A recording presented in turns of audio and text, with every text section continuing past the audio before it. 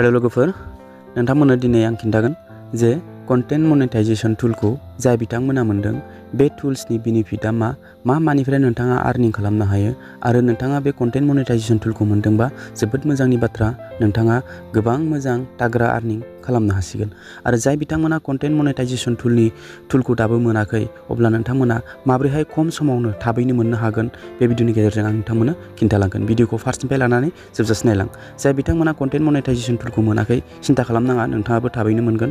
अके, आं नोंथांनो माखासे टिप्स होलांगोन जेरावनोखि नोंथाङा बे टुल्सखौ मोननो हागोन। कन्टेन्ट मनेटाइजेशन टुलखौ गोबाङानो मोनगासिनो दं, खम फलोवार्स गोनाङाबो आरो गोबां फलोवार्स गोनाङाबो। फार्स्टआवनो आं खिन्थाग्रोनो सानो, कन्टेन्ट मनेटाइजेशन होनना बुङोब्ला जोङो मोनथाम सर्सनिफ्राय जोङो आर्निं खालामनो हायो। फार्स्टआवनो आं खिन्थानो सानो कन्टेन्ट मनेटाइजेशना मा? कन्टेन्ट मनेटाइजेशननिफ्राय जों माबोरैहाय आर्निंखौ खालामनो हायो। जाय बिथांमोना कन्टेन्ट मनेटाइजेशना इनेबल जाबाय, अब्ला बिथांमोना मानिफ्राय आर्निं खालामनो हायो, माबोरै आर्निं खालामनो हायो। नायदो, बेयाव फट'स एन्ड टेक्स्ट स्ट'रिज, बेयाव फट'निफ्राय, टेक्स्टनिफ्राय आरो स्ट'रिनिफ्राय नोंथाङा आर्निं खालामनो हायो। जुदि नोंथाङा दैलि फट', टेक्स्ट आरो स्ट'रिज हगारबाय थायोना, बिनिफ्राय नोंथाङा आर्निं खालामनो हायो। आरो भिडिअसनिफ्राय हायो, जेरैहाय लं भिडिअ 10 मिनिट, बेफोरनिफ्राय बिनि गोजौनिफ्राय नोंथाङा बिनिफ्रायबो आर्निंखौ मोनो। आरो रिल्सनिफ्राय नोंथाङा मोनो। नोंथांनाव एड्स अन रिल्स इनेबल जायाखै, अब्लाबो रिल्सनिफ्राय नोंथाङा आर्निंखौ खालामनो हायो। थ' जोबोद बेनिफिट। आरो नैबेयाव गाहायाव दङ वेस इउ केन आर्न मर नाउ, माने you are invited to use licence music with content monetisation. बेयाव जेनेब्ला नोंथाङा लाइसेन्स गोनां मिउजिकखौबो इउज खालामनो हायो होननानै बेयाव बुंदों, नाथाय बे मिउजिकखौ इउज खालामोब्ला जोंहा रेभिनिउआ शेयार जायो। माने जोंनि इसिबां आर्निं जादोंना, बे मिउजिक अनारनावबो थांगोन, आंनावबो फैगोन माने। स' लोगोफोर, बे मिउजिकखौ माने नोंथाङा रेभिनिउ शेयार खालामनो लुबैदोंब्ला बेयाव लाइब्रेरिनि मिउजिकखौ नोंथाङा इउज खालामनो हायो आरोखि। दा आर्न मनि फ्रम स्ट'रेज, नोंथाङा स्ट'रेजनिफ्रायबो नोंथाङा आर्निंखौ खालामनो हायो होनना बुंदों। स' लोगोफोर, कन्टेन्ट मनेटाइजेशन टुलखौ जाय बिथांमोना मोनबाय, कंग्रेचुलेसन्स। मानो होनोब्ला नोंथाङाबो आर्निंखौ मोजाङैनो खालामनो हासिगोन, गोसो होसिगोन। गोबाङानो माने डिमटिभेट जानानै दंमोन, एबार आर्निं जासिगोन, बेनिखायनो गोसो होसिगोन। आरो आर्निं जायोब्ला जोबोद गोसो होयो, जोबोद नाजायो आरो आर्निंखौबो खालामनो हायो। स' लोगोफोर, मोजाङै खामानि मावलांबाय था, जाहाथे कन्टेन्ट मनेटाइजेशननि बेनिफिटखौ, फायदाखौ नोंथाङा उथायथारनांगोन। दै लोगोफोर, ओंखायनो हानायमानि पस्ट होबाय था, पस्ट होबाय था, पस्ट होबाय था। अके, स' लोगोफोर, दानिया आं खिन्थानोसै कन्टेन्ट मनेटाइजेशन टुलखौ जाय बिथांमोना मोनाखै, बिथांमोना माबोरैहाय मोननो हागोन। लोगोफोर, बेखौ मोननो थाखाय बिनि जेबो रामबान गैया। रावबो बेखौ आं कन्टेन्ट मनेटाइजेशनखौ आं लाबोनो हागोन बा आं खालामनो हागोन होननानै रावबो हाया।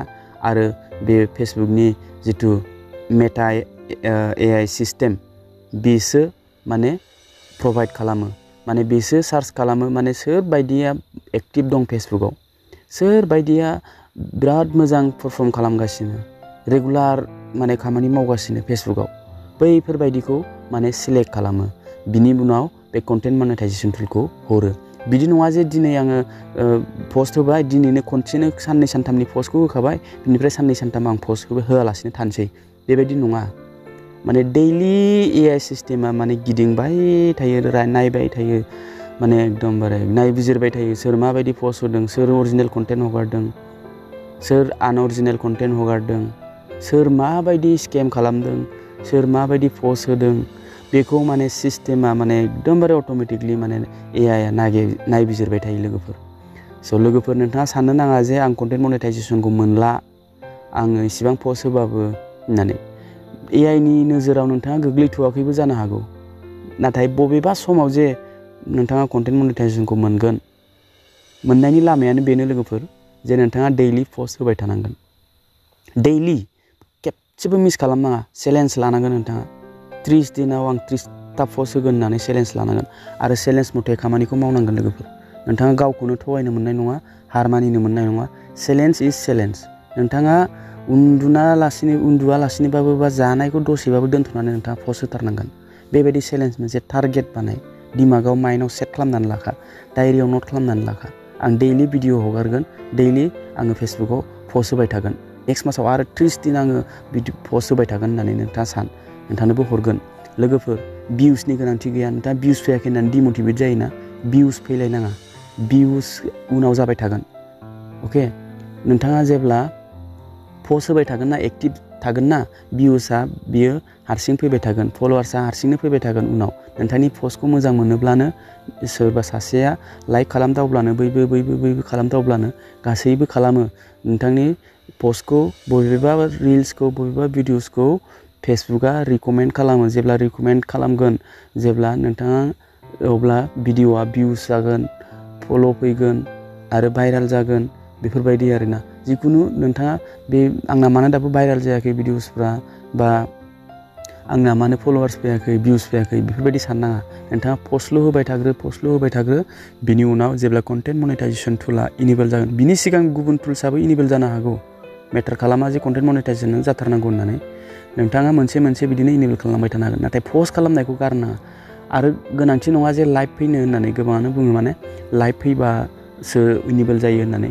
गोनांथि गैया आं दिनैसिम लाइभ फैफेरा अब्लाबो आंना मोनसे टुल्सआ इनेबल जागासिनो लाइभनि इसेबां गोनांथि गैया लोगोफोर मानो होनबा नोंथाङा अरिजिनेल कन्टेन्ट हगारदों बेयाव लाइभ फैथारनांगौ बे नङा नोंथांनि मोखांखौ फैनानै देखायफैथारनांगौ बेबो नङा मोखां देखायैयाबो दिनैसिम फेसबुकनिफ्राय आर्निं खालामगासिनो खिन्थु बेयाव माखासे टेकनिकबो दङ माखासे रेगुलार एक्टिभ थानांगोन माखासे नोंनि रियेल आइडिजों नोङो माबा मोनसे प्रब्लेम जायोबा रिपर्ट हरनांगोन थिग बेफोरबायदि आरोना नोंनि रियेल गासिबो डिटेल्स डकुमेन्टस पेन कार्ड बिनि डिटेल्सखौनो होखाबाय नोंनि सेहेराखौ इसेबां गोनांथिबो नङा दा बेनिखायनो लोगोफोर डिमटिभेट जानानै थानाङा जाय रेगुलार पस्ट होबाय थादोंमोन बैसोरनोसो कन्टेन्ट मनेटाइजेसन टुलखौ होनाय जादों आरो जाय सानसे साननै गेप थानानै पस्ट हगारो बिसोरो कन्टेन्ट मनेटाइजेसन टुलखौ मोननो हायाखै दै लोगोफोर भिउसनि इसेबां मेटार खालामथ'वाखै दा स' लोगोफोर नोंथाङा एक्टिभल' थानांगौ अब्लानो नोंथाङा कन्टेन्ट मनेटाइजेसन टुलखौ मोनगोन दै लोगोफोर अब्ला